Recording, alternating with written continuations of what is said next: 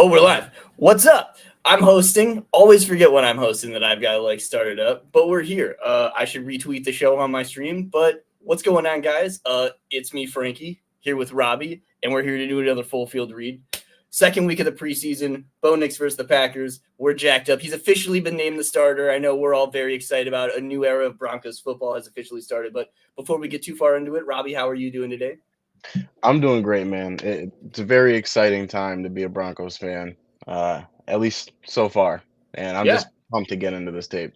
exactly. I couldn't agree more. It's just that's the perfect way to put it. It's just exciting, Worst comes to worst, things happen. It might not be this fun in 6 weeks. So we might be already thinking of, or in 8 weeks, we might already be like, how's the next quarterback class looking? But for right now, we think we've got a possible franchise guy. I think the sky is the limit for the offense, as we were touching on last week, and then we'll get into a little bit more this week. And I mean, yeah, man, I think it's a good time. I mean, I've been getting more excited about the defense the more we look at it. I mean, we've been talking a little bit this week about how the defensive line actually looks like it's going to be a strong unit. Very Zach good. Allen is just kind of a guy. Malcolm Roach is a huge addition to have as a fourth rotation in that lineup. We've seen some decent stuff. If Uwazurike can make a step forward, Jonah Ellis has been a huge addition to that edge room. It could just be kind of a fun all around year. And I think the best part about it is that expectations aren't too high. Maybe not the best part, but expectations aren't too high. If they end up, going 7-10, I guess, because there's 17 games now, 7-10, but they end up finding out that they like Bo Nix, that Bo Nix is a franchise guy, that's a win. If they end up going, 4-13 and end up horrible and Bo Nix sucks, but they end up with a top 10 pick, not really the end of the world either. Right. It's really just kind of a bonus season. I hope they give a lot of young players opportunities. We get to find some studs kind of throughout the year, and we'll obviously get to cover a lot of those guys. But yeah, you ready? Should we get into it? Should we dive into the film? We should. All right, let me pull her up. So we've only got the 2 Bo Nix drives to go through today. Hold on. Didn't have this pulled up beforehand. Should have. That's okay. Entire screen 1.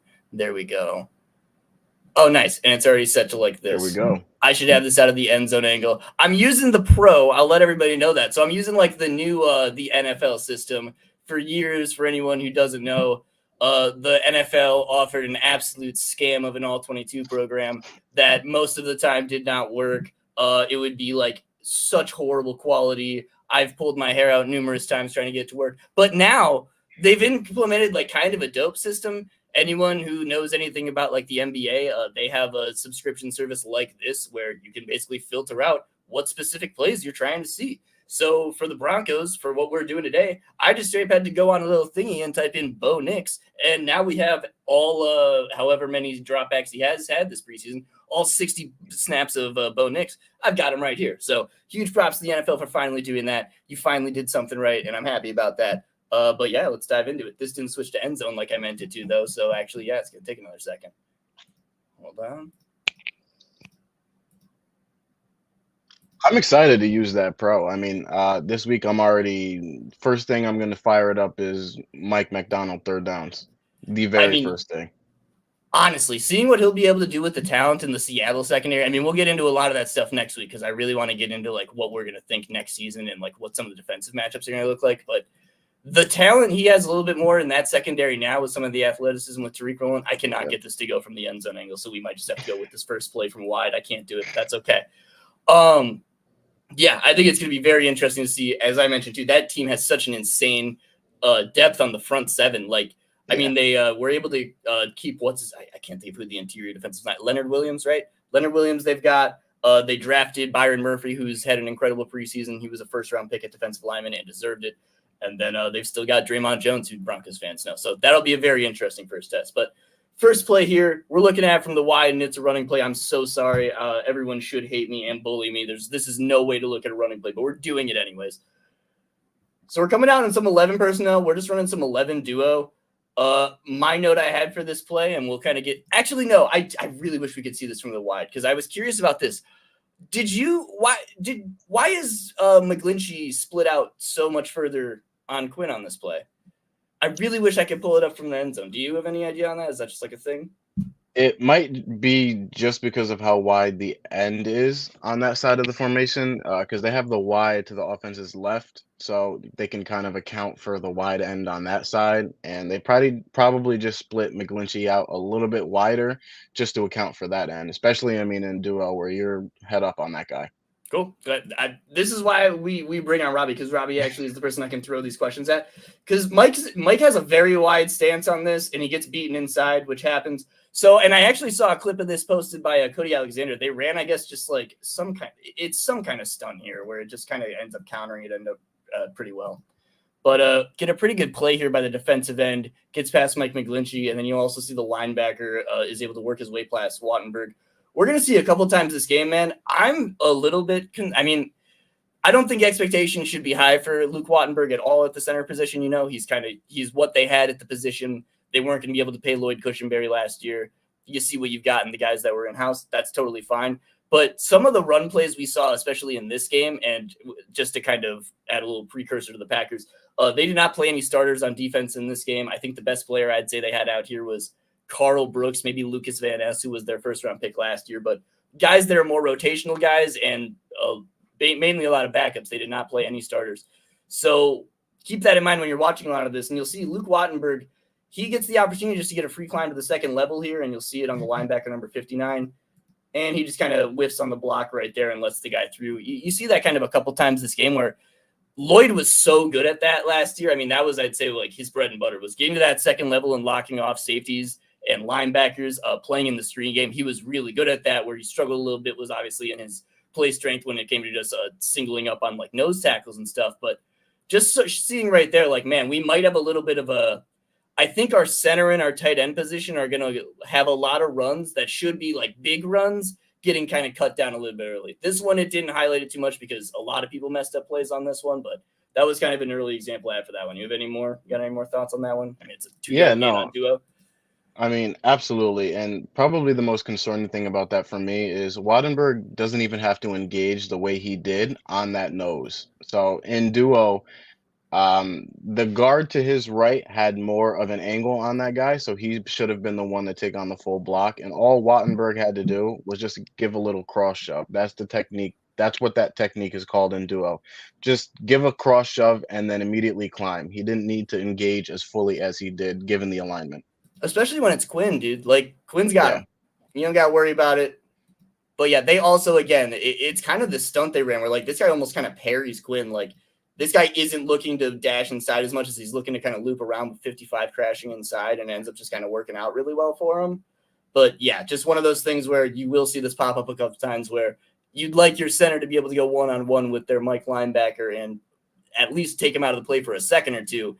And more often than not, it seems like Wattenberg is kind of just whiffing. So that was our first one right there. I was able to get it, though, to the end zone view. So that was a big victory for me, people. We're pulling off big things here. All right, next one here. So this one I had the gun. This was the gun toss. Let's see here. Oh, so this one I had should have been a huge run, but Kroll ended up bodying it. This is what I was talking about last time, and we'll get into Lucas Kroll.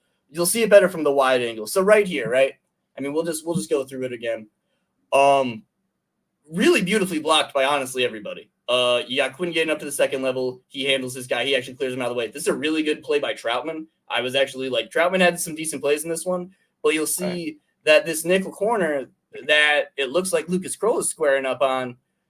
Well, Lucas Kroll's not really in the screen anymore, is he? We'll take a look at it from the end zone angle. It's honestly one of my favorite plays in the preseason.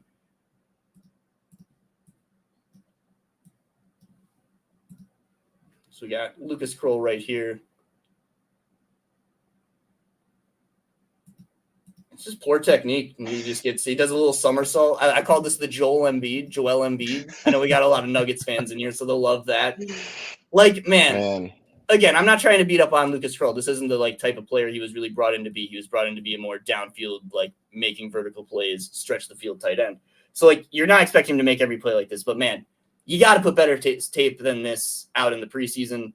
I mean, maybe he catches like the slightest bit of Tim Patrick's foot, but like I don't think that's the case here, man. I think he just has terrible technique getting into his block. and just completely loses and just gives up a big, like, this should have been a big run. Like, straight up, this should have been a massive run. You literally got what looks like Trout holding, and then you've got a steal on the inside Look at here. Quinn, man. Like, right. This should have been a massive play. You should be able to go like through here when you're getting up here, but instead we've just got, our guy who seems like he's going to be a starter in 12 in 12 personnel from what we've seen. That's what I mean when I'm saying, man, they might want to consider giving Nate Adkins the job, because Nate Adkins isn't great. This isn't me trying to be like Nate Adkins is a really good blocker, but he at least like makes contact, and that is not the only time this preseason we've seen Lucas Kroll just drop the ball. But I'll give him props where it's due. We've seen him make plays after the catch. He seems like he's a decent target over the middle. Like, I'm not going to take away from the things he does well, but for what this offense seems like it wants to do, which is run the ball a lot, get into formations like this where you're 22 personnel. Who knows if we're running or passing? I believe this is a 3rd and 1 right here. The defense doesn't necessarily know. Yeah, it's nice to have a field stretching guy, but they've already got Greg Dulcich, man. Like, I get having a guy to have some insurance for Greg Dulcich, but I don't know, man. I really just I think it really limits your offense if the best in your tight end blocking room is Adam Troutman. Yeah, I mean, this roster, oddly enough, I didn't think they would going into the offseason, but this roster is going to miss Chris Mannertz, who, again, wasn't great, but he was somebody that you can put in line in 12 and be happy with it. Yeah, a few times a season, he'll just straight up take the defensive end out of the play, and you'll get a massive play out of it. And, like, as much as it sucks, like, you're hoping to get as many of those plays as you can in the season. You just don't know how many you're going to get with this blocking group unless you're just having Mike Burton in all the time and, like, again, trying to keep Troutman out there and have these receivers. Because that, I guess, is the one advantage, is they do a very good blocking receiver room. But again, to this third play here, we've got some 22 personnel, like I was saying. So we've got 2 tight ends. We got the fullback in the play. Good little boot action here from Bo. This is probably the first one we see. Just a good decision, accurate ball, moves the sticks. Got to be happy with it. We're just running a little banana. We've got the flat coming off, and then we've got the little corner route right here. Troutman does. It was interesting he didn't. It was interesting he didn't go straight to the flat, because usually that's the first read on those plays. Maybe he thought that the defender on there was crashing down a little bit too hard. Although I think Burton, or is that Kroll? Yeah, Kroll probably ends up getting, or Burton. Burton ends up probably getting the first. 100%. But I do want to highlight. Watch when he starts his motion here compared to where that shallow is getting ready to sit. He just put it on that guy, man. Yeah. And again, it's a 5-yard throw, so I'm not sitting here saying like this is proof that he's going to be the next franchise quarterback. But it's important to note that you need a quarterback that can throw to spots as well as he can throw to guys. Like, he needs to know where guys are going to be, where they're going to sit, and know where to put the ball. Yeah. No, and you're definitely right. This is one of those, like, I mean, he's even looking at it. This is one where, I mean, Sean Payton even mentioned it earlier this week. I think he said that, like, he wants to help Bo stay on one just a tick longer because he's a little quick to come off one. And I mean, we'll see it a couple times throughout this game where sometimes, like, he's looking at guys to be in spots where it's like, dude, like, the receiver's not getting there. Like, you can't expect your one to be this far across the field 2 steps into your drop. Like, it's just not happening, especially, like, not trying to bash you, but on this team where they don't have that explosiveness at the outside position. Cortland Sutton is a fast, I guess they have Marvin Mims, but like Marvin Mims, you're not asking to run a lot of those in-breaking routes. A lot of the guys I think you're having running these shallow crosses, like, they're just not going to necessarily get to spots, not necessarily as fast, but fast as he wants them to be. And he just needs to slow down just a tick. I think this is a good first example, like you were saying, but still, this linebacker had a little bit of a problem. He was overdropping all day. And just right here, sinks too much. Adam Troutman, little first down action. We'll take that. But again, I mean, I think we're going to see this type of offense so much this year when we talk about just 22 personnel. And this, again, you're going to want to, I think, next year when we talk about free agency, the draft, you're just going to want to have better options at a couple of these positions, because I think that's just going to really be what explodes this offense. Right. Yeah.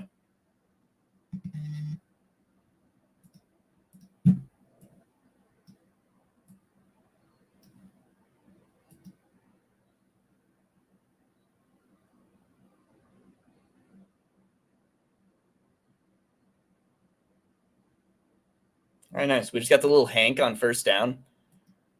It's I think this is kind of a good opportunity to talk about. So when we like, I don't want to say haven't been overhyping Bo Nix. I think this is a good example of like, these are really good things to see. But Right. this is a day one install play against a day one install defense. I'm not saying he's never going to see this in the regular season. He will see this, and it's good to see that he can execute this. This is, again, one of those things when I talk about, I think that Bo Nix isn't going to be a bad quarterback this season. This is what I think. I think he's going to be, at the very least, fine because we can see him execute concepts like these. He can read concepts out. He's athletic enough, I think, to make plays outside the pocket and move around in the pocket, and he can throw off platform. I think those tools at least give him a good enough baseline. But that is just kind of where I wanted to. I think when some people get confused about like, oh, why are some people maybe not like as hyped about Bo Nix in the preseason? It's just kind of like, because this is what the preseason is. Like you're running, like this is a varsity football concept. This is a high school varsity football concept. Not saying that this isn't a difficult thing to read out or a good throw. It's just, this isn't necessarily the stuff where you're looking at this and saying, nice, we've already got our franchise quarterback. So just wanted to kind of highlight that when we look at just, let's execute Hank into what I believe is cover 3. And we literally get, like Sean Payton's been doing a really good job of this throughout the preseason to help Bo out too. You motion this running back in from the backfield. You see how the entire defense shifts over instead of one guy following with him. This is zone. Know it all day. This guy even comes down in the box for you, so you're getting cover 3. Like, again, these are good things to see that Bo Nix can do because we've seen quarterbacks that Denver has had in the past few years struggle with this stuff. But this is a play that you could almost read out pre-snap for him, and he might not be able to do that so easily against NFL defenses, and especially the first few defenses he's facing in the season. But anyways, let's get to the completion. And on some of these plays, it's pretty tough to see the processing of this because we aren't in the quarterback room. We don't know what Peyton is coaching or how he's coaching these reads. Because to me, personally, if I'm installing Hank, I'm reading that Mike linebacker, or sorry, that Sam linebacker. I'm reading his drop. If he squeezes the over the ball to Tim Patrick, I'm hitting that curl to the outside. If he widens to the curl, I'm hitting Patrick on the outside. And it seems to me, and again, I'm not in the room, so I don't want to guess on how Peyton coaches these, but that over the ball seems to be the first read, and he's locked in on that first read. He's not necessarily reading that Sam linebacker because that linebacker was kind of in no man's land. He wasn't squeezing the Hank, but he wasn't widening enough to get to that curl. So both are open. And if I wanted to nitpick, I would have said it would have been nice to see him, take the higher gain. But again, it's an over the ball route. His first read comes open immediately. There's nothing to knock here. It's just sometimes it's really tough to evaluate the processing of these plays. Yeah. No, and I completely agree with that one. I thought the same thing. I think, it's an inside-out read. If one comes open, you're fine with it. We were talking about that in the first game, but also, again, this does kind of work out that if this guy's closing down, will he be able to work to 2? This is also kind of one of those where, again, it's not bad to make a decision quickly. It's very good. We're happy that he's making the right decision quickly, but it is one of those things where if there's a little bit of something going on here where 1 isn't open because this guy is squeezing down, is he willing to work out to 2? Because we have not seen that a ton yet. But again, gets the completion on first down. This is how you stay ahead of the sticks. Awesome to see him to be able to work through in Sean Payton's offense. Accurate ball. Tim Patrick is back. All of it is just so incredible. And I mean, I really think so. I didn't think going into the season that Tim Patrick was going to be the default slot, but it really seems like that's the way they're going. And I mean, honestly, he's looked good in the preseason that I'm completely fine with it. I'm interested to see like how he does blocking wise once the regular season starts up, and really if they kind of keep him as that incline guy, because I think that is an area that Josh Reynolds is maybe a little bit better. But to be honest, I just haven't seen Tim do it in 2 years. So maybe he is just a lot better than I'm remembering. And it's just, one of those things. So, but yeah, I think it's very cool to see kind of how the receiving core is kind of stacked out so far. Right. I agree. Yeah. All right, next we got the fake toss. This was another play for me. When I first watched this play, I marked it down as, I don't want to say I marked it down as a negative, but it's a 3-level flood boot naked action. So you're going to have the deep corner, you're going to have the middle shallow, or not the middle shallow, the middle crosser, and you're going to have the shallow underneath. Watching Nix and seeing him read this from the shallow, from the start to the end and getting it to the shallow, to me, I wanted to see him look to push the ball a little bit. But we don't know how these reads are coached. So especially on these flood concepts, they're either taught one way or vice versa of it. So you're either taught to read from a shot play to check down, which is going to be that corner, then to the middle crosser, then to the shallow, or you're going to read it vice versa, and you're going to read check down to shot play. Necessarily, it's not a check down; it's just the lowest level of the 3 level flood. But it was interesting because I marked it like that watching the film. But I saw Chase Daniels in his breakdown noted, since he played for Sean Payton and he was in those rooms, Sean Payton reads this from check down to shot play. So it's just another example, like I was talking about before. It's tough to evaluate some of these things because we don't know the processing, and it's such an asset to have a guy like Chase Daniels who has been around Sean Payton to know how he coaches these things. So I went back obviously and changed my initial reaction to the play when I saw it. And I mean, again, first read came open. It's good to see him hit it. Look what Quinn Minor. Everything you just said, incredible, and I completely agree with it. I just got look at what Quinn and Mike McGlinchey do to this defensive tackle here. Oh man, Oof. that poor guy. Yeah, he got put in the ground a little bit. But yeah, let's get to the like the end zone view of the read. I agree. I mean, again, this is one of those things we've kind of seen it throughout the preseason. I mean, we were talking about it. We have not seen him really take the high on high-low options. But to be fair, the low is usually open enough that, like, it's not a bad decision. That's completely fine. But it is one of those things where, like, you were talking about Chase Daniel. He was asking for questions. Like, one of the things I asked him was, how does Sean Payton kind of value, like, aggressiveness in the preseason from these rookie quarterbacks? Because, like, again, you're probably not upset if he throws the over there, but if he misses the throw, you're probably upset. So it's like, how do you gauge it? Are you happier that he completed the easier throw, or would you be happier that he attempted the harder throw to see if he could do it? Like, Right. I don't know. And that's obviously a thing of opinion. I will say, though, another one of these just really good throw on the run. His mechanics throwing on the run are so clean. Like, I mean, he just looks so comfortable doing it, especially, I mean, we'll see it later on the touchdown that gets called back. Like, he looks so easy moving off platform like Right. that and just completing accurate passes. Once again, we got Tim. I think he gets a little bit of rack here too. Yeah, just a little bit. He falls forward. And yeah, I mean, I think that was a first down, right? But and the other thing I had written down for this too, and this is I think something that they can use like really as a weapon this year. So this is something I kind of noted about Bo Nix coming out, and this is going to sound very weird and nerdy for people that don't pay attention to the NFL draft. Bo Nix has very big hands. He has, I believe, like 10 1/4 inch hands. So a big thing you saw him utilize that for in college was he pump fakes the shit out of people. This dude has really good control of the football, and that's a big reason why he probably doesn't fumble so much. He also has decent ball security. It can be better at times, but his ability to kind of move around defenders. I mean, again, this was kind of an example that wasn't a great example, but I wanted to use it to talk about it because I think it's something that they can kind of slightly use in their offense. I mean, again, you're not faking passes on every single pass play, but like the idea of like pump draws and stuff, he can execute that stuff really well. Stuff like this, 2 hands. I mean, it's 2 hands, so most quarterbacks are going to be able to make this easy money. But Bo Nix has the ability to, I think, make a little bit more plays like that. So it's just something I kind of wanted to take a note of because I think that's something we might see incorporated into the offense more and more because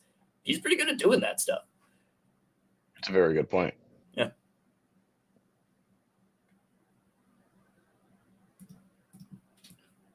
Ooh. See, this stuff, this is one of the ones I'm excited about because we've seen it now twice, and I'm really just like, I've never used rack used for yak. What does rack stand for? I'll be honest, I don't know why I mixed those up. I can't really tell you. It means something in my brain. I've heard it. I'll stop. You probably don't want to hear that from the guy that's telling you about football stuff while breaking down film. I got to stop doing that. Thanks for saying that, Sam. Appreciate you, but couldn't tell you. You knew what I meant, so what does it really matter, right? Anyways, moving on. So here we got a little bit more 11 personnel, and this one I'm really excited about because, again, second time we've seen this preseason. I think this swing package to Jaleel is just such an easy little first down gimme. And we also see Greg Dulcich block a little bit, which, again, this guy's not putting in fantastic effort, but does a pretty good job. At least holds his stuff up, and then you just see Jaleel do what I need to stop pausing. I pause so much. So you see Jaleel do what he does best, make a guy miss in a phone booth and just get a little bit extra, which is just so amazing. He is such a fun player to watch. But yeah, I'm so excited to see this kind of pulled out a lot this season. I think you can run so many things off of this. It's such a just simple little thing we've seen them do with Adkins. They run it out of the bunch. You see them here; they're running it out of just basically a split double set. Like very flexible thing that if teams are playing soft against you, it's a way to pull up defenders and then kind of hit them with a shot play later. And I think it's just an opportunity for like not probably, the Broncos' best with the football in their hands guys are their running backs, which is probably true for most teams. But like the Broncos, especially, like Jaleel is probably the most dangerous guy on this team with the football in his hands. I don't think I'd say there's a guy above him. Maybe Marvin Mims, but that's more on like kick return stuff. Like I think he's the best guy if you give him like the ball in space. Maybe you disagree with that. I don't know. Javonte too, I'd say, is pretty good at this. So like having things like this to be able to incorporate into your offense, easy completions, easy yards, keeps you on script. And I mean, it's just it slows down a pass rush too, because I mean these are just getting the ball out quick. Now they've wasted a little bit of a get off. You know, it's just you're wasting clock. Absolutely.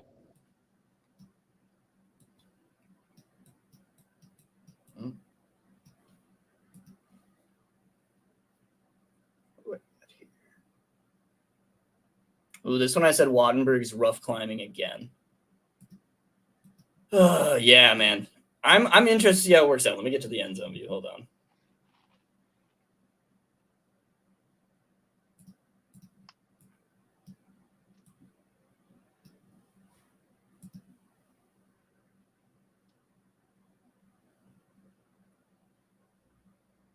Yeah. It was fun seeing Nix communicating a little bit more at the line. It seems like I don't know if these were just like one call checks or anything, but it seemed like we saw him actually like, you know, doing the little things. We saw him, you know, do the once he got the back into the backfield, it seems like he was able to call the Hank based on what he saw. So cool little stuff right there, just to take a little bit of note of. But what did I have this called as? I was curious about this. So it looks like this one's set up to. I mean, this is just like the most nitpicky thing, and this is just literally me asking. You think Michael Burton goes to the wrong spot here, or is this meant to go between guard and tackle? That's interesting. I was wondering about that when I watched it, because I was kind of like, man, I feel like with this alignment, like, don't get me wrong, maybe it is, but like, why? You know, why would you try to go this gap and not this gap when you see this? Just kind of something I was wondering. And Mike Burton, one of my favorite players on the team, honestly, kicks ass, and he has a lot of really good blocking reps in this game. Just something I thought I'd ask you about, where I was kind of like, I wonder why, you know, feel like this wasn't right. But yeah, no, it looks like they're just trying to get the simple G lead, but that is a weird angle for him to take. It looks like he was reading off 44, and he got a little stagnant there, and Burton just, I don't want to say improvised, but I definitely feel like it was supposed to go where Jaleel went. See, that's what I thought. Because, like, man, you get this guy here, get a little bit of thing here. I mean, that might be 6. I don't know I don't know if there's a safety, but it looks like safety's over here. Oh, no, there was more. But yeah, just something I had note of. I mean, again, I'm not coaching it, so I don't know what the exact thing they were trying to go for there was, but that was my thought. Was what the fuck, Mike Burton? God damn it! If I see that shit, well, I'm gonna join Mario's side. No, I'm just playing, peeps. But right, here's the touchdown that never was. This one live, I was really worried he missed mesh again. I even tweeted, I was like, fuck, he did it again. But he didn't. They actually covered it really well. I was really worried that he passed up like the sit coming down. Yeah. I don't know what you call this. What do you call this? Like the hook? I don't know. I'll make up names as much as I want. But they actually just did a really good job covering it. I mean, here you even see he kind of does, like, he's looking at it and he pumps it. I think he just sees the safety coming down. And he's like, fuck that. Like, I'm not getting myself in trouble here. Obviously needs to be aware of where the line marker is. You know, he knows it. It's not like I need to give the fucking coaching note. But let's see, where do they snap this? Well, is that like dead on the 14? Yeah. So, yeah. He's probably like a half yard ahead of it. I'll be honest. The live line, I thought he was like 3 yards ahead of it. And I was like, what is he doing? Like, am I tripping? The live line made it look like he was like ahead of it. I was like, Jesus Christ, who did we draft the wrong guy? But no, on the replay, I was like, all right, this is forgivable. Like, whatever, shit. I wasn't actually that upset, but there was for me that was like, oh man, like, are we sure? But yeah, we'll look at it from the little wide angle here, or from the end zone angle here. Again, we just got mesh. Whoop. They cover it pretty well. I mean, maybe he could have worked back towards Dulcich, but I mean, the guy climbed up and tried to make something happen and was an inch away from doing so. What happens here? It was a good rush by Carl Brooks. Carl Brooks is a good player. And I wanted Carl Brooks on day 3 last year, 2 years ago. Very good player from Bowling Green, I think, if I remember correctly. God, shows you how good of a draft analyst I am. But this is also not Ben Powers. Calvin Throckmorton was starting today for anyone who's like, who's that guard that gave up a pressure? Which, honestly, Throckmorton's like fine as far as backup guards go. Like, I think he's all right. And yeah, Bo Nix climbing the pocket. I liked the little look back too to make sure he wasn't going to get hit, but should protect the ball a little better. Don't want to just be holding that thing. What are we doing? Let's maybe get 2 hands on it. I don't know. Just protect it a little better. Whatever. He's worried about getting collapsed on from the backside. Hits. This is another one where just finish the play. The mechanics throwing off balance. Pretty nice. Pretty fucking nice. And again, I highlighted this. You see him get hyped up by Sean Payton and Davis Webb. Very exciting. Seems like Davis Webb. I mean, Sean Payton, we've talked about him enough. Davis Webb seems like a very good coach. Like, yeah. And I'm not trying to just hype up all the Broncos coaches, but like, it seems like Sean Payton has done a very good job accumulating just young and older talent. Like, again, he got Pete Carmichael, but did I just say Carmichael? Pete Carmichael is back this year. That came out correctly. And I mean, that's an exciting thing to see. I mean, I think we've seen Joe Lombardi has been I don't really know too much about what Joe Lombardi has been up to, but I mean, they seem like they're doing all right there. I've liked what we've seen out of the special teams, like triage, just good units all around. And Davis Webb seems like one that, I mean, it seems like he's probably going to get offered either an OC or straight up coaching opportunity at some point here in the near future. And deserves so. You see him brought up on so many lists. He's been a part of so many QB rooms that have helped along young QBs. I mean, the coaches like to bring up like, he was getting called to like, help out last year. I mean, I think so much of what we saw him do with Russell Wilson last year, if we see him have success helping Bo Nix kind of deal with the ups and downs of being a rookie quarterback, that's what the whole league's about nowadays, is if you can, like we saw, like Brian, like not trying to the current trend in the news, but like Brian Flores, hell of a coach. I think one of the better defensive coaches in the entire league. He struggled, I think, in Miami. And I think obviously part of that is we're kind of coming to hear from Tua. Not that he struggled. He obviously had success, but I think part of the reason why we didn't see Tua and the offense necessarily flourish out there was because of just like, he didn't have the mindset to kind of help a young quarterback through those ups and downs. And that's not necessarily his fault. Like, he's a defensive minded coach, didn't necessarily have whatever that situation was.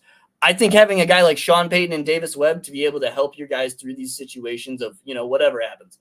This guy just threw a touchdown that didn't even count. He was a yard ahead of the line of scrimmage. We've got our coach who's about to get a line infraction. Like, I'll show it from the other angle. Sean Payton is like on the fucking field for this play. Like, he's about to trip the ref. It's like, dude, get back. It's preseason week 2. He's throwing mesh. Like, what are we talking about here? Like, it's the first quarter. We got to relax. I love it. I would be doing the same thing. But Sean, you have a job. I can't see you, whatever they do to you. You'll probably get fined. I don't know. That's fine. But yeah, like seeing the quarterback, he threw a little fadeaway. He Steph Curry'd it. He looked away, which like is cool, but also like it's a 5-yard route. Chill out, Bo Nix. You don't gotta be that guy yet. But yeah, just I think having like that nucleus of quarterback coach, head coach, it seems. I mean, I'd assume the offensive coaching staff, such as Lombardi and Pete Carmichael, love him as well. Be really believing in your guy, and I think like being so excited to see like, oh shit, this thing we drew up, practice all week, work that well, and everyone celebrating together, only means good things for the entire team. Hey, your team celebrating is good. I'm really giving in-depth analysis out here today. But yeah, that play ended up not counting, so I don't know why I'm acting like it's a good thing. God damn it, Bo Nix. And we're on to the next play. They ended up getting 3 points out of that drive, so another scoring drive from Bo Nix. And yeah, on to the next drive.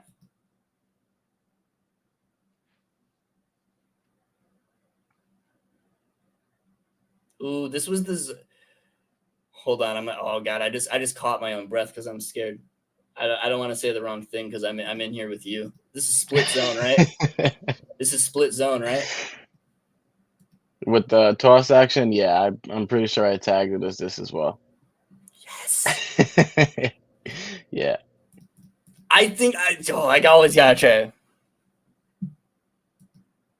Yeah, man, I just love when they get to this. I absolutely love when they get to this. They had success with it even before Peyton when Hackett installed this.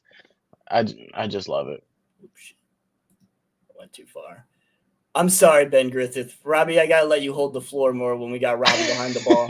No, and he's right. He's right, guys. I'm sorry. I don't host. It's usually Joey's job.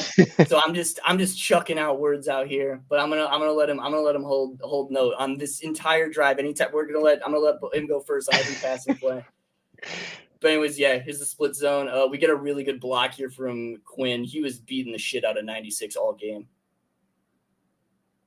Well, this was a good Burton block too. This is why we love Mike Burton. Look at this linebacker crashing down. Best player on the team. Oh, I need a Burton jersey. I need a Burton Really jersey. That's bad. what I'm saying. That is what I'm saying. You get me. You get me. All right, next we got the fullback dive. Oh, no, we got the last little.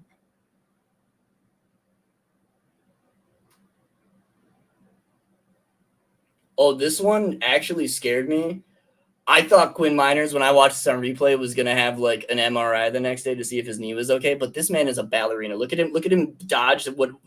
This scared the hell out of me. Oh, just takes a little step. Oh. I was so scared. Thank you, Quinn Miners, for having those fancy ass feet. I saw that, like, dude, that's the injury you see 4 times a year that just makes you like, ooh. And that guy's not coming back that season. And like, oh man, for it to happen on like drive 2 of like I don't know if the offensive line is really even going to play this week. I would have lost my heart, but we're okay. And now we're on to the next one. This was just a fullback dive on 2nd and short. All I wrote down here was I actually thought 96 did a good job standing up the double team. I don't know if you have any thoughts on the fullback dive. Get it over here. I mean, the most dynamic ball carrier in the league. How could it not? Exactly. But yeah, I mean, we were talking earlier about how 96 got blasted off the ball by Quinn and Mike. They did a pretty good job. I was okay with that. Good job, 96. Good job, 96. But yeah, I mean, gets the first down. Anything else written down for this? Quinn pushes the pile. Yes, he does. Yes, he does. Gets a little extra there, too. Love that, Quinn. Fuck yeah. Give him some business. Give him some business. That's Carl Brooks. All right, I think we're on to the passing down. I think this might have been the flat miss, if I tagged it right.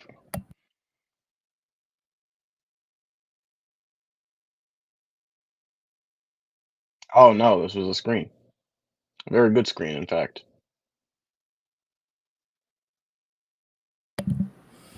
I'm so glad that the screen game in Denver is good again.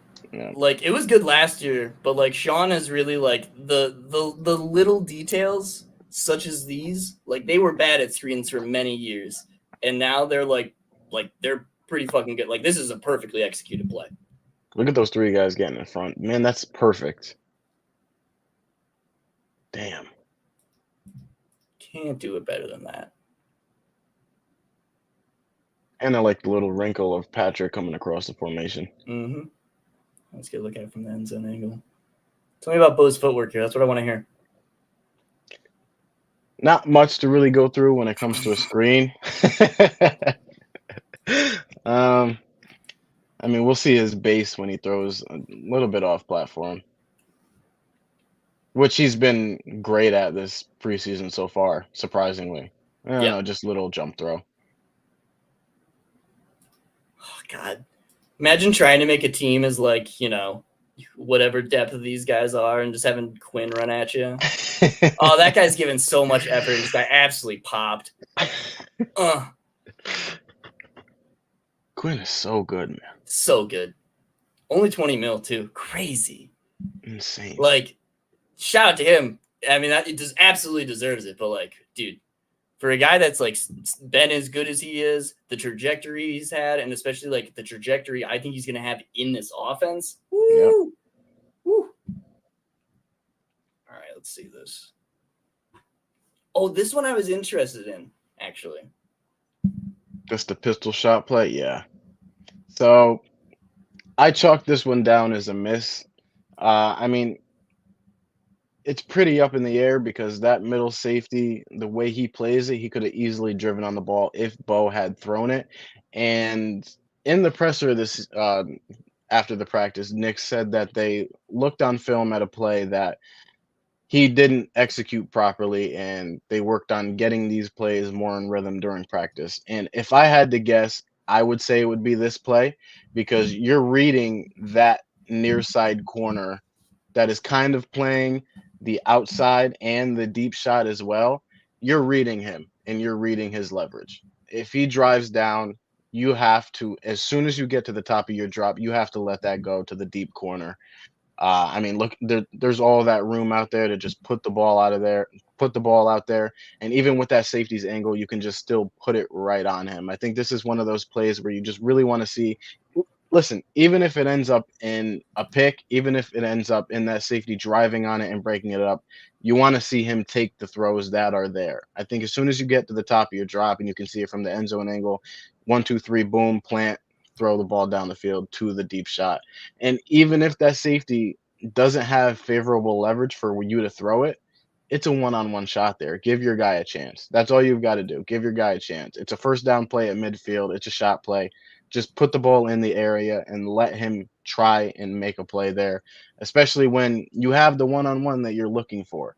So 1, 2, 3, boom, gets to a clean base. He even gets the little hitch to step up, get a foot strike in there, let the ball go. Maybe he got a little bit spooked by those two guys coming in, but the throw would have beat the pressure there. There was a lot of color coming at him, so I do Yeah, understand. You know, like we talk about a flash of color. This is oh my god, I'm gonna eat a shot here. yeah, But yeah, no, I agree. I was actually, you took the words out of my mouth. I was very interested what play you thought was the play he was mentioning.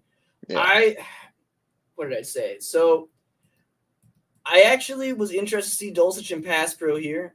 Does again, you don't need your tight end to do much. So like I kind of was like, this isn't horrible from Dulcich. He gets beaten, but like you kind of expect that at some point.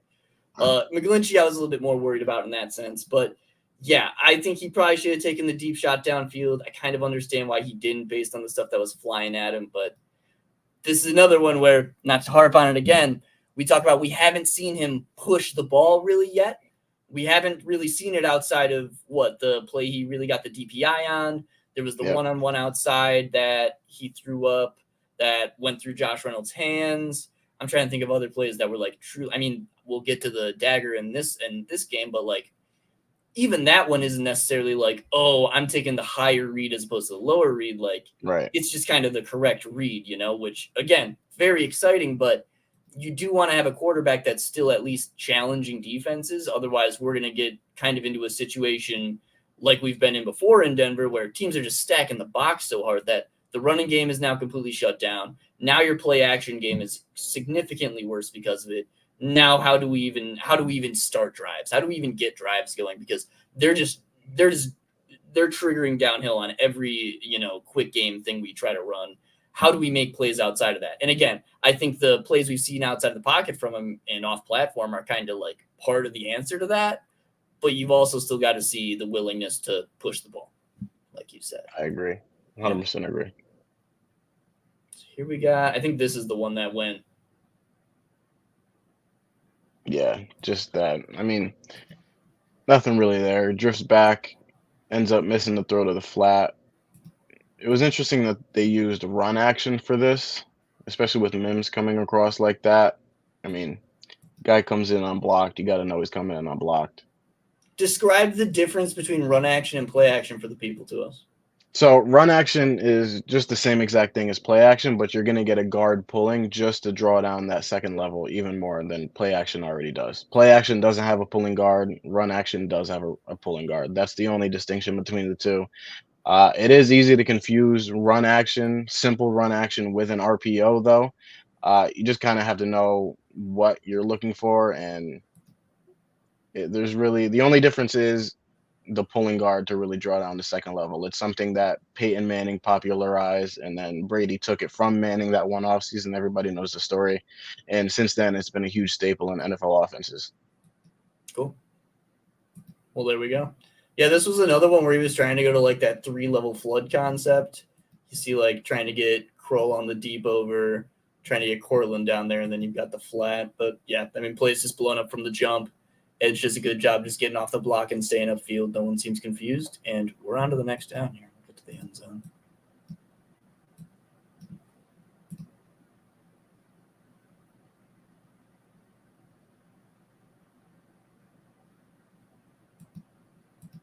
Yeah, I don't know if Kroll's supposed to get more vertical there. I see what you're saying, Patrick. I don't know how this is supposed to work out. Like, I get it if like he's going longer, Sutton's kind of running the like mid over, and you got the flat, you know. But yeah, that is a little bit of a man. That's get the little loop under too. Let's just assume Kroll was in the wrong spot. Probably would be a safe assumption. Yeah, we'll put that on Kroll over Sutton all day. Easy money. There we go. Ooh, one of the fun ones. Was this third down? I think this was third down. I can look. I believe it was third and 9. We got 3rd and 9, peeps. This is the I think this is the Tampa 2 beater. Yep. Yeah. I really love this play. And again, it just comes off as a regular 9-yard throw. But first of all, the design.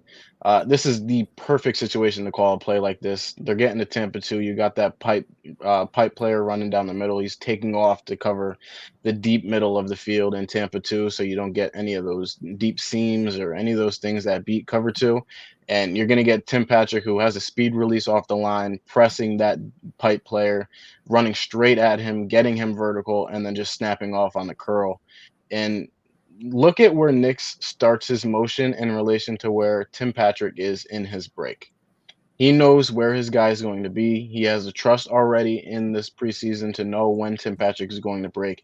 He puts that ball on Tim before he even gets out of his break.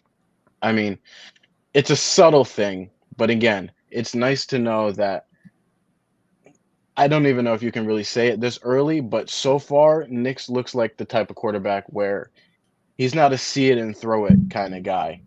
Yeah. He knows where the play is going to be before he throws it.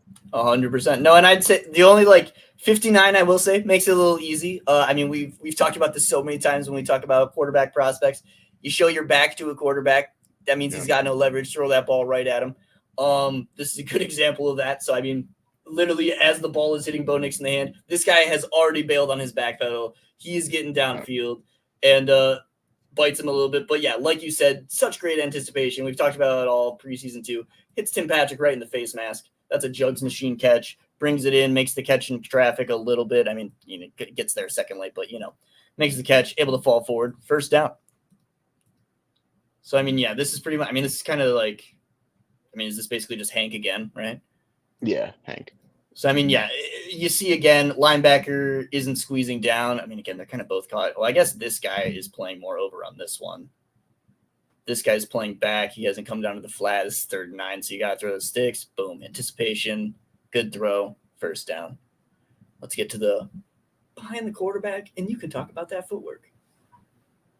I mean, this was a really clean drop back. I remember watching it on first view. It just really clean. There's no fat in his dropbacks whatsoever at all. I mean, 1, 2, 3, plant, boom. Don't even think he needs a hitch on this one. Yeah, it doesn't really hitch. Just sets up, get a foot strike, fires the ball in there.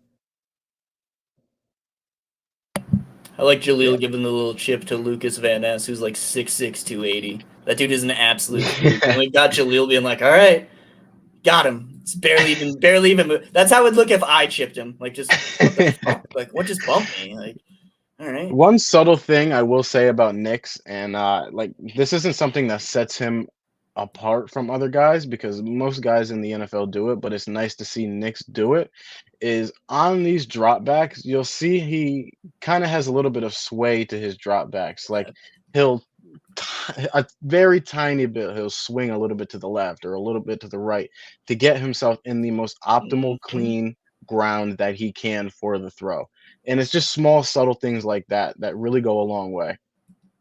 It's funny you mentioned that. So I've been going through his 2022 tape, and that was one thing I noted. Like, man, this guy's always had a really good just like feel for where the initial pressure is coming from. Not necessarily like he has a good feel for as the pocket collapses as well, but like here, for example, like he seems to know like, all right, I'm gonna get a much better chip here from Dulcich than I am gonna get from Jaleel. So I should initially just play, like you said, a little bit left, sees the stun. Let me hop over a little bit, just keeps himself clean and stuff like that is just so exciting. Hold on one second.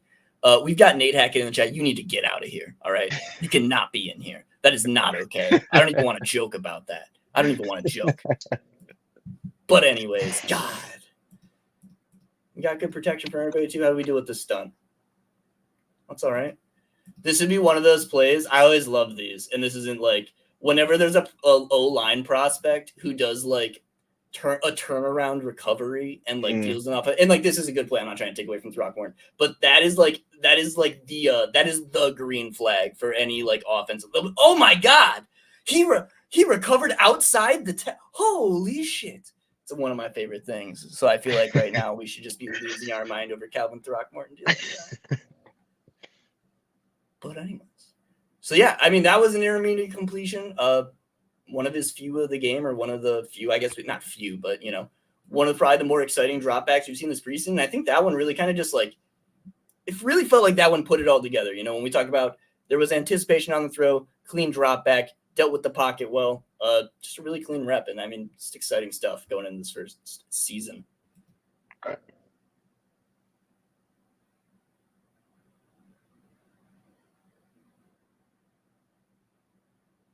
I think Jaleel's going to have 800 all-purpose yards this year, at least. I think he's going to be such a big piece of this offense. I really believe that. It would not shock me at all. Like, the dude is just so He's good. taken so many strides. Right. I wanted to wait a little bit to see him more in pass pro and pass catching, but I was wrong about Jaleel McLaughlin, the player. Easily. Like, it's one of those things where just like, man, like, I keep thinking like, oh, man, like, if only he could do this. And I'm like, he can kind of do that. Like, right. He can do that, but like, oh man, like if only the first thing was like, can he run between the tackles? He's only that big. Yep. He's damn good between the tackles. Like, I mean, look, they're running fucking counter here, bro. Like, this could not get any more like, all right, like, let's see what you got. Okay, let me hit the right gap, put my head down and even fall forward for a couple extra. Like, are you kidding me? Is this a joke? Like, this is the guy who's only like $180, but oh, never mind. Now we've just got a guy who's walking through 3 tacklers.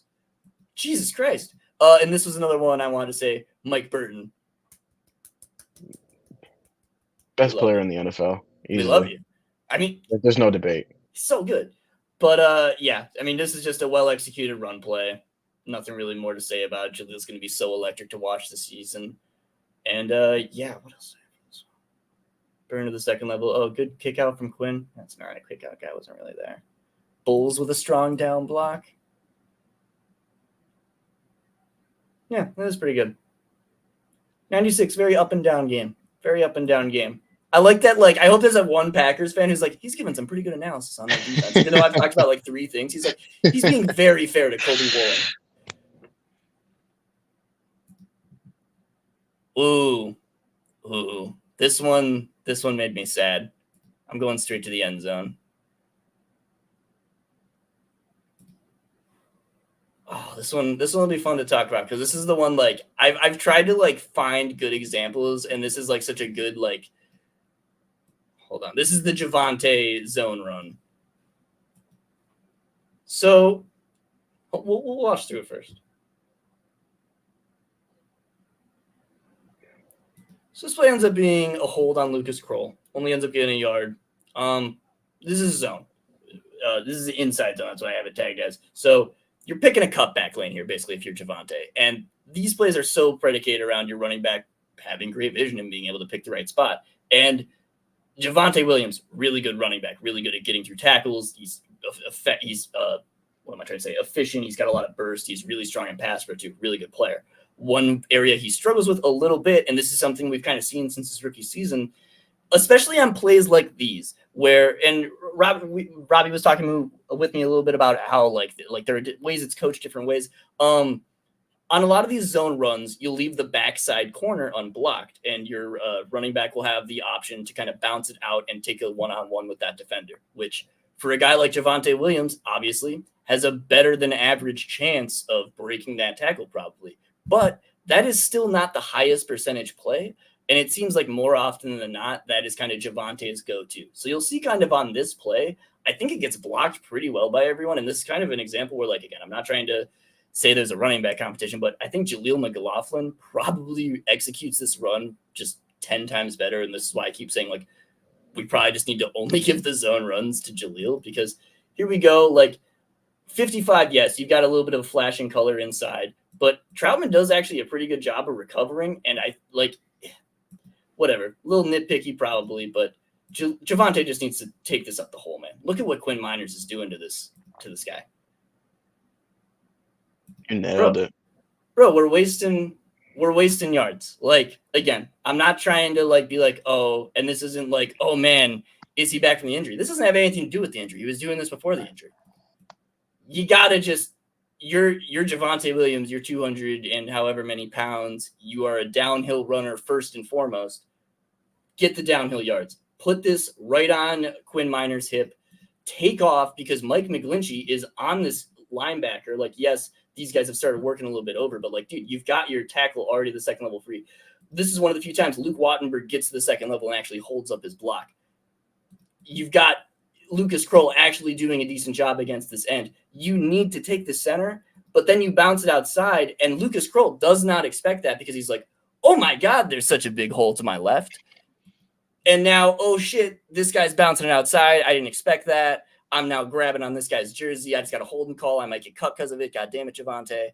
And worst of all, Javonte gets outside. Sure, he gets this one-on-one. He doesn't even break the fucking tackle. Like, and that happens a fair bit. Like, and again, I'm not trying to beat up on Javonte. He's a great player, but this is an area where his game has been very limited for the past few seasons. And it's just something that, like, this was just a great example that I wanted to harp on, because, man, if this happened in a regular season game, I'd be pretty sad, because you can't waste blocks like these from Quinn Miners, man. He is back in this, like, bro, that guy is literally like, he's thinking about a different career right now. Like, it's ridiculous. Like, can't waste that, can't push that outside.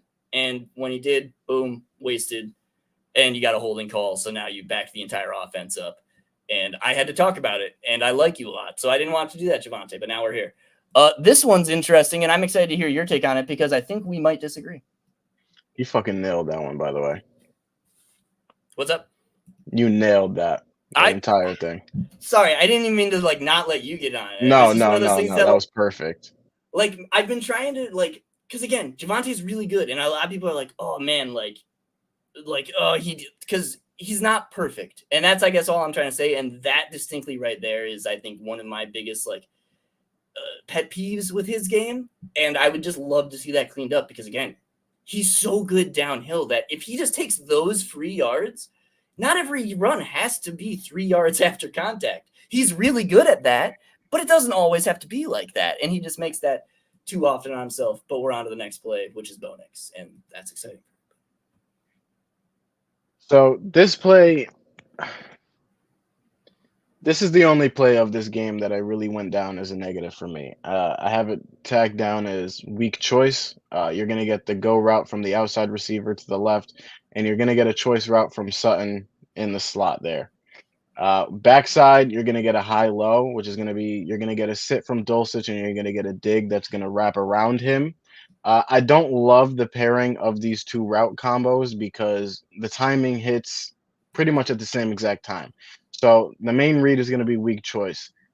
You're working back to the high-low when those guys have already broke in their route, except for the dig. So once Dulcich breaks on that sit, that linebacker is going to squeeze him. And you already have the choice, which is already sat on the weak side of the field. I don't love the timing of those two because they don't really coincide well. And you also don't necessarily have somebody that's coming into the vision of Nix. So I want to start off before I criticize anything from Nix here. I don't love the combination of these two plays. Now, going into that, I think that Nix could have hit Sutton here on the choice. As soon as Sutton broke on that choice route, I think you can put the ball on him. Now, it's hard to throw with anticipation on choice because you don't necessarily know where your wide receiver is breaking. You may have an amazing rapport with the receiver eventually, like Aaron Rodgers and Devontae Adams, where you both know where you're going with the ball on choice. But this early, Nix isn't going to know where Sutton is going to break. He doesn't know if he's going to have a clean break to the outside. He doesn't know if he's going to sit. He doesn't know if he's going to try and cross face and break inside. He has no idea. So you can't necessarily throw with anticipation here. But as soon as he breaks, I think you have enough space to put that ball on him.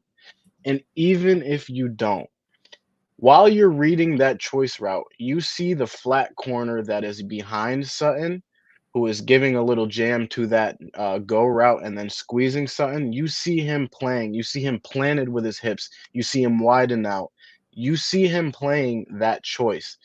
You have a shot to take that whole shot right there, right between that corner and the safety over top, especially because it's near hash. And Nix has already shown that he has a better arm than advertised during the draft season. You can hit that whole shot. You can absolutely hit that whole shot.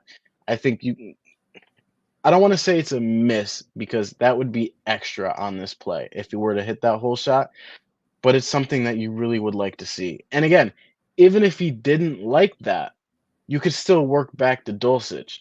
But my biggest issue with the play is he didn't take any of that into account. He saw Sutton, didn't like the choice, scrambled. That's my biggest issue with it. And again, this is the only negative play I have of the 20 snaps that we saw of Bo Nix. So I know people are going to see this and say that I'm just nitpicking and waiting to criticize Bo Nix for whatever reason. But the result, one of the things that I got when I got a little bit of pushback on this when I posted this clip on Twitter is he made something out of nothing and he scrambled for a first down. He did. But for me, when I'm watching preseason, I don't care about the result of a play. I'm looking for the process because that will tell you the results that you'll see consistently over the regular season. Yes, he made something out of nothing and it's a nice fun play to watch, but you would have liked to see him progress, read leverage, know where guys are going to be and just throw the ball there. 100%. Like your opinion about the process entirely is so accurate. I think it's a very interesting play because I think it's almost like it really depends upon, I think, what kind of quarterback Bo Nix ends up being. Because I think depending on the quarterback, like say you were to put a different quarterback in Bo Nix, there was not a Bo Nix jersey, say it was a different type of quarterback. I think there's a different answer depending upon who that guy is, which is probably obvious, but that is my only because here is the big here's the wild card that because I thought exactly what you thought when I first thought this. I was like, man, why you take off right away, whatever. And then I saw, so you'll see the left defensive tackle here, and this is the big thing. He drops. I don't know what this is the one time we've seen any kind of non-traditional defense. I think the entire preseason so far, this guy is dropping. I don't know why. Bo Nix looks to one, doesn't see it, then seems to notice, oh crap, there's a mile of a lane in front of me. And this play is 1st and 22. I'll give kind of that little connotation as well. 1st and 20, I have a massive lane in front of me. Now, here's where it gets interesting because, again, I want to prefix this. I've been watching a ton of 22 Bo Nix. I think one of the things I believe about him truly this season, especially I think the first couple seasons as we see him get acclimated to the NFL, is this is a guy who I think is going to be just a really good rusher. This is a guy I think is going to be one of those 400, 500 yards. I'm not saying he's going to be like Lamar Jackson or anything like that or Justin Fields, but this is a guy I think that is going to rely on his legs when he needs to make a play. This is a guy that I think can rely on his legs. He's built to be able to do it. He's 6'2", 220 pounds coming into the NFL. This is a guy I think who you can trust with the ball in his hands. He seems to protect it very well as well. So I guess the only thing I wonder, and this is again where I talk about how I think this is such an interesting play. Like, say this was, I don't fucking know. Say this is Josh Allen. You know, picture Josh Allen again. I'm not saying this Bo Nix give you Josh Allen. Don't clip me. Say this is Josh Allen, and you see Josh Allen see this hole. Are you as upset if Josh Allen takes off running there as you are as Bo Nix? Because again, I get the process completely. That's the only thing I get pause on. Right. The only if we're going 1-to-1, I probably wouldn't fault Josh Allen for running there, but only because he's been in the league. And Like, he should have gone to one. yeah, like he's been in the league. And with Knicks, it's tougher to evaluate things like this with Knicks because he's a rookie and this is his second game of NFL preseason. And you bring up a very good point. This is something I didn't see on my first watch. I saw it when you mentioned it on Twitter, and when I did the second rewatch of it, I didn't even notice that D tackle drop like that. So again, without being in the room, we don't necessarily know. But if this is something that's coached, then everything I said just goes out the window. And Yeah. again, I'm just a guy watching film. I don't know. I'm not in the rooms. I have no idea. I'm just giving my opinion on these things. If it is coached like that, then this is a great play, especially because mentioned it's what 1st and 22 here. Listen, a missed read on 1st and 22 when you're getting a 10-yard play, it's not that bad. And I know I just talked about how I don't care about the results in preseason, I care about the process, but that is process. You're on 1st and 20 and you have a scramble for 10 yards once you notice the D tackle drop into coverage. That is processing. That's more than just the result of this play. So for me, again, this was the only negative I charted for him, but it's not a negative to where it's like, oh man, I got to watch for this every game of the season now. It wasn't that type of negative for me. It was just I personally wished the process was just a little bit different. Yeah, and I got three more little notes on this. One, what a Cortland Sutton block! You see him absolutely body this Yep. guy, incredible. We love that. Two, yeah, I mean you nailed it perfectly. It's just one of those things where again I look at it and I'm like, man, right now, yes, I completely agree with you. I want to see him process more, but like, say this is next preseason. We just watched Bo Nix have like a Right. 600-yard rushing year. We're like, man, this guy's like a genuine rushing threat, and I watch him take off like that. I'm probably not mad about it, you know. Right. But again, one of those things where you just to each their own kind of viewer, and I think we broke down kind of both sides of it very well. Where like you don't hate the decision, you wish the process was maybe a little bit better because again, this is NFL Open. You should probably take the play here, but I don't hate trusting your legs. And what I will say about this too, I wrote this down. Glad he tucked the ball, put it in his opposite hand, got out of bounds too. So you protected the ball, you protected yourself, you picked up 10 yards. You're not upset about that. Right.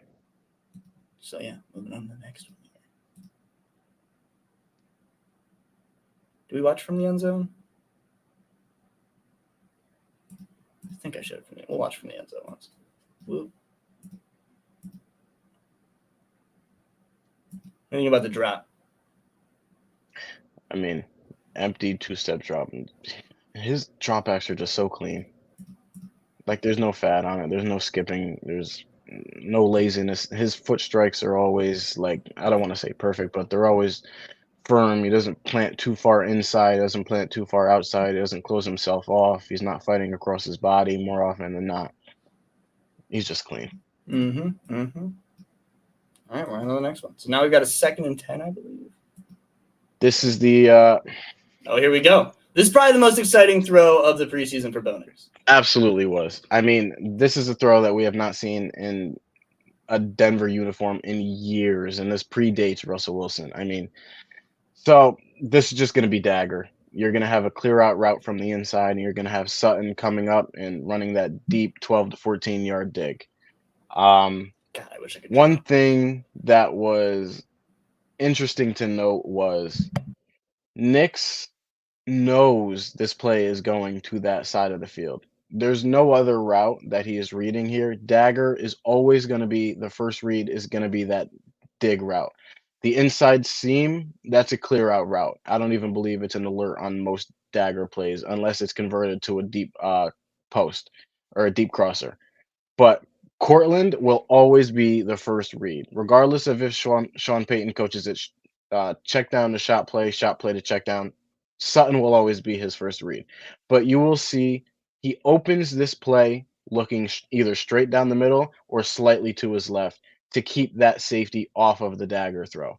And again, every safety in the NFL has seen dagger. They've seen the route combo. They know once that slot receiver is running that clear out, more often than not, they know a dagger is coming underneath it.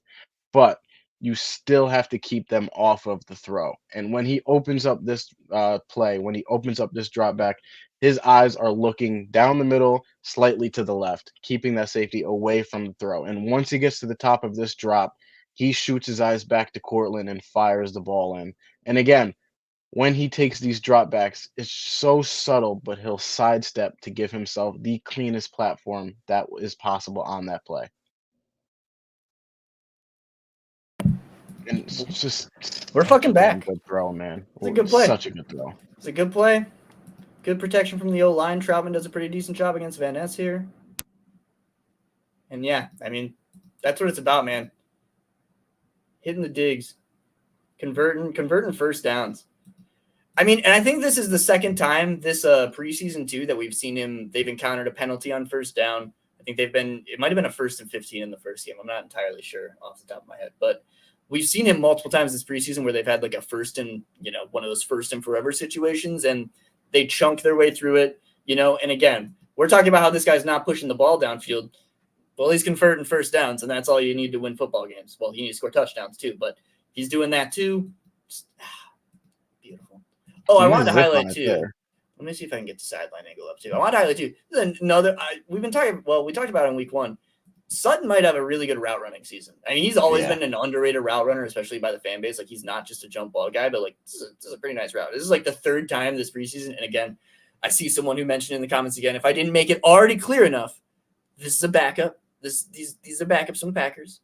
I'm not trying to overhype anybody. Christ. But here we go. Cortland Sutton, really good. Breaks down, just good break inside, gets the DB turned around, and boom, that's first down. One thing that's highlight that again. It's a really good point, and one thing that's really, really subtle in Cortland's route running is he's not. Listen, his yak days are over after the ACL injury, unfortunately, but he is still really fast. Like, he's not nimble, he's not quick in and out in the phone booth, but he's really fast, like straight line fast. He is still really fast. One of the best attributes of Sutton's game entirely, just independent of route running. You can take into account his contested catch ability. This is still one of his best attributes, is how fast he eats up space against off coverage and gets on the DB's toes. Like, he eats up space incredibly fast, which is why he is the guy on these dagger throws. Yeah. No, I mean, it's beautiful to watch. I hope we get like 1,000-yard season out of Cortland. That would be amazing. Absolutely. But yeah, man, I mean, just converting throws downfield on 2nd and 10s. We've got a guy hitting deep hanks on 3rd down conversions. Like, those are the plays right there where, again, like, I don't want to overhype Bo Nix going into the regular season, but it's like, man, we might at least have a very good base level to work off of here, and you can just keep adding stuff on and on. Frankie, were you able to get a look pre-play to see if he made that slide call? I'll do it. I'll go back. Let me see here. On the Hank, is this what we're talking about? I think it meant the dagger. Yeah, I'm sorry. Yeah. Because the line did slide. I didn't notice if he made the call or not, though. This is the very beginning. This is the earliest we get. Doesn't look like it, unless it was before that. But it doesn't look like it. Man, but I'll say, dude, like, it's got to be so fun for a guy like Sean Payton to get to coach against a preseason defense. It's like, let me just practice calling cover 2 and cover 3 beaters. Like, what the fuck? Like, all right. One thing I will note, though, to Pat's point, watching that interview with Diana Rossini and Chase Daniels and Sean Payton noted that before they went to the pro day and the private workout with Bo Nix, that they were talking to Alex Forsyth, which was Bo Nix's center. And Forsyth noted that Nix is entirely dialed in with protections. Like he calls everything at the line, and even in college to get a ringing endorsement like that, that's big. Yeah. And Pat says it wasn't the call, so cool. This was just a power call. We got a Mike McGlinchey whiff, but it's Carl Brooks, so I'll allow it. This was another pretty good Troutman block, too, I wrote. What else happened here? This was a good finish by McLaughlin, too. Yeah. Oh, yeah. Oh, yeah. Didn't these are the love plays we're talking about. We're route. like, how does he make that happen, bro? Like, there's just so many dudes around him, and he's just like, oop. Like, come on, bro. What? Just let me get a few. I'm sorry, what were you saying you didn't love? No, I didn't really love the angle he took. I thought he probably should have fit right around Thornton coming around, but just a good finish. Oh, yeah, definitely should have just probably slid it up right there. Guess he eventually gets that up, but yeah. But yeah, good block from Troutman. This is what we need more of in the tight end room, please. Please, God. A lot more of. We need you to go one-on-one with defensive ends. I know you're not going to like it, but you need to do it. But yeah. And now we're on to the final play. Only an hour 15 this time for 20 plays. I mean, we're getting there. We're getting there. It's a team effort. Just like this offensive drive. And then, I mean, this one's exciting just because I feel like I've seen this play run. Like, I feel like on Red Zone, I've seen this exact play from the New Orleans Saints so much throughout my entire life. And Andy Reid, too. I feel like Andy Reid loves to run this one. This is like the 3-level slide play. Or wait, nope. Completely lied to you. Completely. I faked you out, didn't I? You thought it was this one. Apparently, I'm on the last play. Damn it. All right, but here we go for reals. Well, unless. No, I've actually got it this time.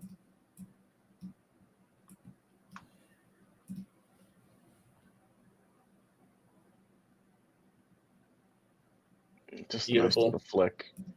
So yeah, this is the one where you've got the you probably read this flat here because Troutman's turning around, right? Like this is the third option here. Yeah. Because this is the one you've seen Travis Kelce. He's probably scored on this against the Broncos. I hate this fucking play when he runs, but it looks pretty good when the Broncos are scored on it. I can't lie, and I mean to see again. He's reading it out well. Quick decision. This guy does a really good job getting over. Where's 45 here? 45 does a really good job getting over. This is another one of these good pick routes by the Broncos this preseason. And again, I mean, this is your guy, the new receiver coach. Clearly, he's getting these guys coached up on how to run some really good pick routes. This, again, cuts inside, breaks outside. Now he moved his defender right into 45. 45's got to make a play to get around, but actually does a pretty nice job. I'll give some props to 45 there. I didn't think he would be able to get back to the flat. Does, but doesn't matter because the rest of your team did not recover as well. And that's touchdown to Tim Patrick. First one back, right? Oh, God, is that the second one back? He scored one last week? No, this is first one back. I think that's his first one back. Yeah, right. Let's go. Just a nice flick. Yeah. I mean, again, we talked about it. The mechanics thrown on the run for him are they're very clean. He is very, smooth with it. Doesn't seem to put his body under too much strain doing it. It's very nice. Very, very nice. Some say that was an insane degree of difficulty on that throw. I don't necessarily agree, but it was a nice flick. This is the hardest throw I've ever seen in my life. I don't know what you're talking about. Hold on. So he's what? 8 yards? Around 8, yeah. 6, 7. Hey, come on now. He did have to fit it around an unblocked guy. We might have to fit a gold jacket for the guy right here. Has Dan Marino? Have you seen Dan Marino make a throw like this? No. Have you seen Joe Montana make a throw like this? No. On your life, crazy. No, it's just Bo, baby. Yeah, I mean, that's it. That's our 20 Bo Nix plays for the week. I do. Do you think Bo Nix should play week 3? I think you should get a drive in. I definitely think you should get at least one drive in. And my point for it was I made a tweet earlier, and it ended up being wrong. I tweeted that Sean Payton hasn't been in Bo Nix's ear yet. It's been Joe Lombardi calling plays through the headset, something that Sean Payton revealed on the interview with Diana Rossini and Chase Daniels. But he did call this game. So he had 2 drives. Yeah, Payton called this game. And he had 2 drives of Payton in his headset. But I think for me, if you weren't gonna have Peyton call the entire preseason and be in Nix's ears so we can get used to that, because Chase Daniels alluded to the fact that Peyton is chaotic in the headset, and I could definitely see that. I think you got to at least give him one more drive to get used to it, especially going into week one against Seattle. You can't let him not be comfortable hearing it from Sean Payton in this headset going into the season. So that's my reasoning for us to see him get one drive, but also selfishly, I don't know if I'm tuning in if it's just Zach Wilson and Jarrett Stidham. I'm I don't sorry, fellas, but care. I don't know if I'm tuning I into don't care. that. And like, I here's don't the know. thing: like, maybe they keep 3 QBs, but like, they added new rules last year with the emergency QB thing. Where like, I don't think you need to keep 3 QBs, and we've talked about it. Like, man, there's some position battles that I'm kind of interested in. Like, I'd like Right. them to keep an extra tight end like Nate Atkins. I'd like for them to maybe keep an extra edge when we talk about Dondrea Tillman's been playing really well. Jonah Ellis seems like he's out to take somebody's job. Like they've had a lot of players that like that extra roster spot could be kind of useful. And like, are we really going to use it to keep an extra backup? Like, is that really like that essential for the team right now? I really don't think so. Again, I mean, I think the difference between I think even the most stout Zach Wilson fan or Jarrett Stidham fan cannot watch either of their preseason and be like, this guy deserves the job over the other guy. Because we're sickos and we've watched it, and I'm just like, who cares? Like, you save money if you get rid of Jarrett Stidham, sure. If Jarrett Stidham Right. is better in the room for Bo Nix, sure. I don't care, So yeah, I completely agree. The only reason I would also like to see Bo Nix get a drive, you mentioned it, getting to hear Sean Payton, chemistry with everybody. Get the Right. snaps perfect. Get the timing perfect. Because once the bullets start flying, you don't get more practice reps against live defenses. That's not how this works. Right. You got to get your reps in now. Again, getting 5 to 10 to whatever many snaps their drive might be. People are gonna be like, "Oh, is that really worth it to risk injury?" I think so. Again, if someone got hurt super catastrophically, I'd probably be changing my tune a little bit. But again, I just think you're in this to try to evaluate Bo Nix this season. I think it only helps your evaluation to give him as many reps as possible before he has to take the real ones. We've seen so many promising things. And again, we're not saying he's got to play a quarter or a half. I'd love to see just one drive. Let's see if he can execute one more drive down the field and score. Get him out of there. If he doesn't play, I don't really care that much either, but I'd like to see it. And the last little point I wanted to make about him maybe playing the Cardinals is I want to see him play some fun defenses, and the Cardinals are the only Right. team I see actually playing some fun defenses. Like I think I saw them playing like some what did I see them playing? They were playing like they play weird shit. They play weird shit Right. because they don't really have like, I don't want to bash. They don't have that much talent on the defensive side of the ball. That sounds mean. Not trying to bash anybody. So they do a lot of really cool stuff with their scheme, though, I'd say, to make up for that, and it works. So I was kind of excited to see Bo Nix maybe have to face some looks that aren't just, hey, you're facing 4-2-5 and they're showing you one eye. It's cover 3, buddy. Right. And he just gets to be Yeah. like, all right, well, which one of these routes beats cover 3? And just do that all game. Because, again, not trying to take away from Bo Nix, but he's probably not going to get to do that all game in the NFL. And I'd like him to get a little bit of practice before Mike McDonald drops. They run the 2 inside linebackers, and then they're running the inverted cover 3 where Yeah. the guy who's playing in the A gap now is sprinting back. Bo thinks it's going, he throws it. All of a sudden, this Jordan, they don't have Jordan Brooks anymore. Who's the guy they just signed today? Michael Barrett is flying from out of nowhere, picks him off down the seam. Everyone's shit talking him on Twitter. I'm pissed. My mentions are filled to the brim. I can't deal with it anymore. This can't happen, guys. We want to get those practice reps in. But yeah, that was my only really other thought on that. And any other thoughts on this game in particular? Where are you grade wise on Bo Nix after this game from before this game? So he showed a lot of improvement. I don't want to say a lot relative to only 2 drives, but he showed some improvement. I mean, even on the small things, like you noticed, you pointed out earlier that when he took a scramble, he put the ball in his opposite hand. And there was a play last game where I pointed out that he didn't do that. And he kept the ball in his inside hand where anybody could swipe at it. So even small things like that. He worked through his reads more this game, although I did have the issue with that one play. He just showed some improvement, and I think he's easily QB1, man. It was obvious week 1 of preseason.